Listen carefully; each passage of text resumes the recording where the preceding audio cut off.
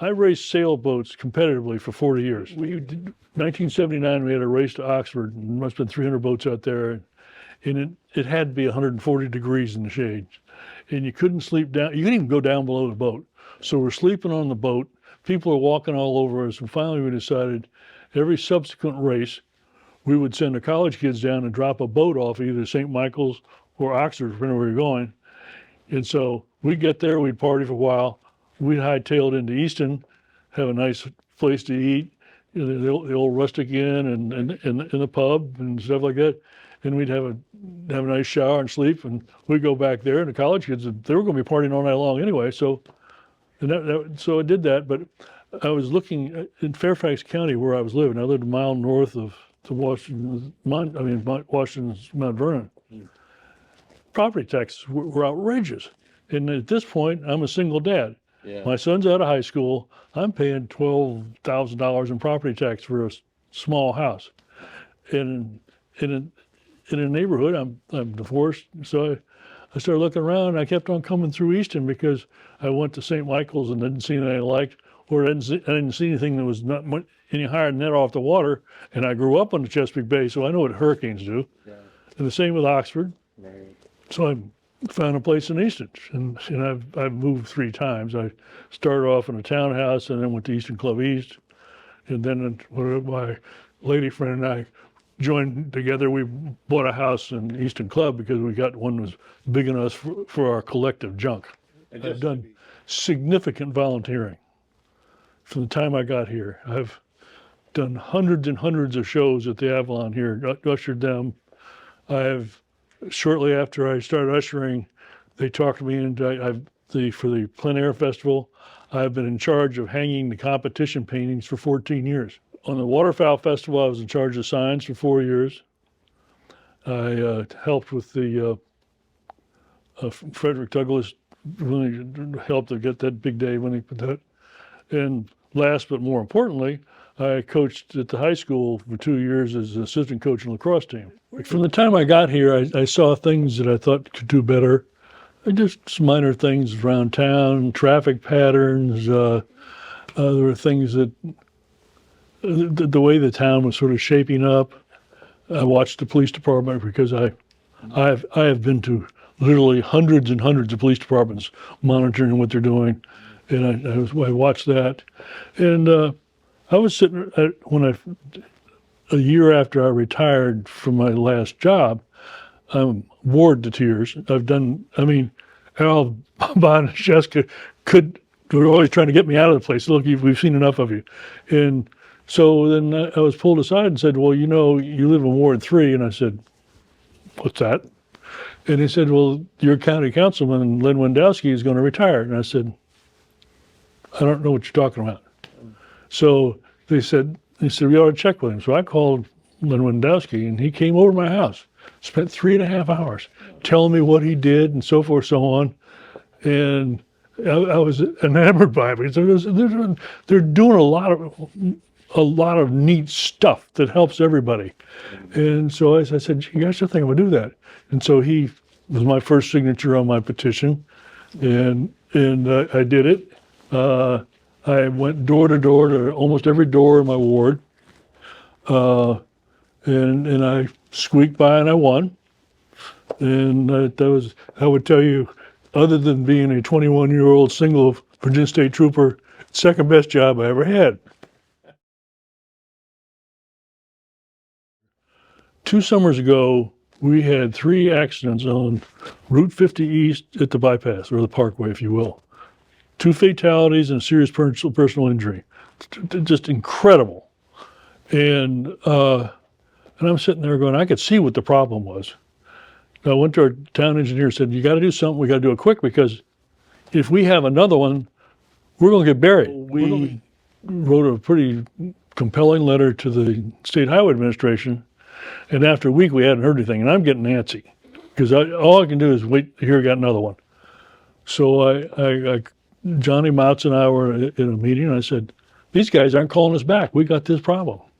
That night, the number 2 guy on State Highways calls me at home. Ron, you got a problem? I said, yes, we do. And I explained it to him, and I said, we have several things that could be wrong. Number one, we have that red flashing light, and people, some don't stop, some run through it. I have a feeling that most of the crashes are when they run through it and they don't see. And I said, I gave some line of sight things. I said, this is incredible. What I want to tell you is we're doing everything we can. We cannot change that intersection because it's a state highway. So if we we would have. And he said, well, I'll take a look at it and I'll get the letter out. And he said, we've been out of town. I said, that's fine, but we're on hook right now. Now you're on hook. 2 days later, they changed the traffic light to a typical red, yellow, green sequence, and it went away. The next one would be, I've been on the town's Economic Development Commission almost from the get-go. And I started it right at the beginning of the creation of the Eastern Point Master Plan. We were then having public meetings, bringing people in to talk about it and trying to find out what people want. Then we went through a series of more meetings. We came out with some plans, put it up to comment, and we came up with a pretty cool plan for the future. Then we went back to our people in the county board planning and zoning and came up with an MXW, which is a zoning template, which means tells you how big the buildings can be, how far away from the water and stuff, and it locks it in, so we're not going to have to worry about having 3 Wawas and 2 Royal Farms. So at this point, have started taking property. We just within the year bought Southern States. We've leveled that bridge that goes across the Spy-Avalon all the way through Southern States, and we're turning it into a park. One of the neat parts of that park is that Phillips Wharf has put their thing there, which is how neat can that be? The kids around playing around, they go there and they got the trailer there, and there's all sorts of wildlife. We're proposing to put a double boat ramp there. We're also proposing to put a canoe kayak ramp so people can go in there and go in and out. But we have one hurdle, the Vulcan Materials that brings that big barge in there. When that is gone, this thing is going to take place. There's a lot of people, all the properties accounted for except for that. And we've already started doing the infrastructure. We're putting all the electric wires for the electricity, broadband, you name it.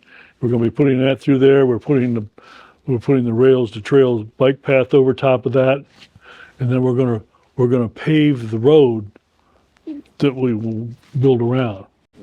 So that's something I hope I'm around to see develop. But we want to make that the jewel of the Eastern Shore, and I think it can be if it's done right. One of our critical areas right now is the area of police department and fire. I'll talk with police first. With the current trend nationally, where a lot of people who would normally want to be police don't want to go through that, hiring police officers is extremely difficult nationally. So we have a challenge to keep our department up to the proper size to do what we want. One of the things that we found when we were looking at it was that our benefit program, our retirement program wasn't very good. So when we switched town managers some 8 years ago, I got with Don Richardson, the new one, and I said, look, we have this problem. And I had gone to several police chiefs I knew around the country to get with their programs. And I said, we need to find some way to enhance this, or we're going to start losing people. And when we lose them, we're not only losing a guy, but we put a huge investment to get them trained, get them on the street, all this stuff. And then we're losing all that experience. And so he took that and worked on it. We now have a 22-year retirement for these guys, which means a young guy can come in here and do his 22 years or more to the town, and then he's young enough to start another career. Like, for example, Lieutenant George Paw just left as a lieutenant. He's now the new chief at Greensboro. See, he's able to do that. So that's an incentive. It's a turnaround, so you don't have a group of 30 veterans. The other thing that I would point out is I worked extensively with the Plastic Bag Committee and helped them. So in a couple of days, we're going to have a plastic bag law go into effect. And I think that if you've been around for a while, I'm not talking to you, but you would see these plastic bags all over the place. And I live right off of Paper Mill Creek there, and I get these things floating through there all the time. This is a great thing. It's where we're going. So I help them. I help them design their presentations and did things like that. And several of us have worked with that. The other big thing is working with the Easton Economic Development Commission. We have restaffed, we've repurposed. We're now going out, and people that come downtown can see around downtown. We've installed bistro tables and chairs. We've gotten big flower pots and things going around. The events we have, like the Christmas parade, the Fire and Ice program, or just the St. Patrick, have been extremely well run. We're doing that. We're working with the Mistletoe Park to try to get people in there. So we've got two really good people that are running that, and they're highly respected in the community. And so that's something that I think is really critical. In the summertime, we have events in the weekend. We have music and things in addition to the Avalon Street thing. So that's exciting. So growth is not just growth to you. It's maybe growth to you. It's growth to me also, but it's a priority. People have talked about me recently saying that my opponent, they like his growth thing better than mine, which is, I find kind of ironic, because I have never gotten up and said, so you're going to be the first person to hear my position on this. My position is that we do no commercial or residential development that doesn't enhance the community, that we work on business recruitment to try to get them to infill empty businesses. We've gotten pretty good with that right now. We only have a few places that are empty. That new tool company is people are all excited about that. But I have to read these to you because I'm taking them from a study. I don't want to be misquoted. But this is a recent study by the National Association of Realtors. And this is Talbot County and Easton. 7 in 10 people say housing affordability is a big problem. 6 in 10 say housing availability is a big problem. Most residents define affordable as paying below $1,250 a month. Most agree that there's too little housing in Talbot County. Too little housing for low-income people and people just starting their careers. Now, here is where we are. Our inventory of houses is almost non-existent. And here's what happens. When you do that, each house that comes up, there's a queue of people waiting for it. Now, I just sold 4 houses in the past 4 years and astounded for what I got for them. People not only paying for it, I had one guy pay $20,000 over asking with cash. So what's happened from February of last year to February of this year, the cost of housing has gone up 18% in 1 year. And that's with the high mortgage rates. So that's one of the issues that we have here. The town's going to grow. We need to ensure that it grows responsibly. So that gets into the developmental question of growth. Some people will quickly say, well, we're going to stop development for 3 years. Okay, you do that. Well, you go back to the cost of housing, then it'll continue to go up. To get what is referred to as an affordable house, you cannot build a single family affordable house in Easton or Talbot County at this point. They're just too expensive. So you need to go into multiple housing units, townhouses, or 6 things of that order. If you go downtown and you go to restaurants, all the restaurants are suffering because they can't get people. The people that need to work in these restaurants can't live here. They have to be 2 or 3 counties over, and they drive over here for $12, $13 an hour. And the thing that will affect growth the most is we have a comprehensive plan. That plan is the blueprint for a period of 10 years. We've reached the end of our last one, but people talk about growth in Easton. When the last plan was formulated, they said, we anticipate a 1% growth rate per year. For the past 10 years, our growth rate has been 0.7. I took the leadership in that. We have had 5 meetings, one in each ward and one at the firehouse where it was open to the public. We went all over town. I worked with the EDC here. We got, you helped us out. We had stuff in the paper. We had stuff on the radio. We put stuff. I contacted all my HOAs. The first one we had was mine in Ward 3. I had 133 people show up with another 50 Zoom. The next 3 averaged about 10. And of those 10, several of them went to all of them.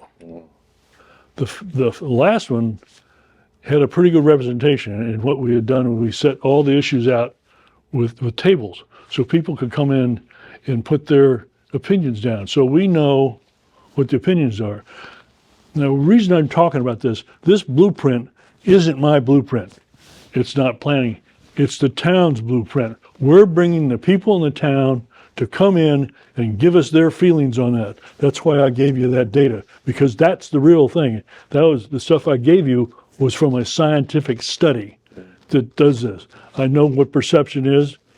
Perception's in of the beholder. Okay, what people are saying. But if we also go to this 2 or 5 year moratorium on housing, what do we do? How are we going to handle affordable housing? For the last council election, they're all talking about we're going to reduce development and we're going to do affordable housing. Well, you can't develop in Talbot County anyway unless they're limited to 1 house per 2 acres. So there's no development. They don't have any public utilities. They don't have sewer. They don't have water. They don't have gas. You come to Easton, our residents, they get all that. That's why they want to come here. And we've got the finest utility program anywhere around here. So that's one part. The other part is we need to tighten up some of our zoning stuff.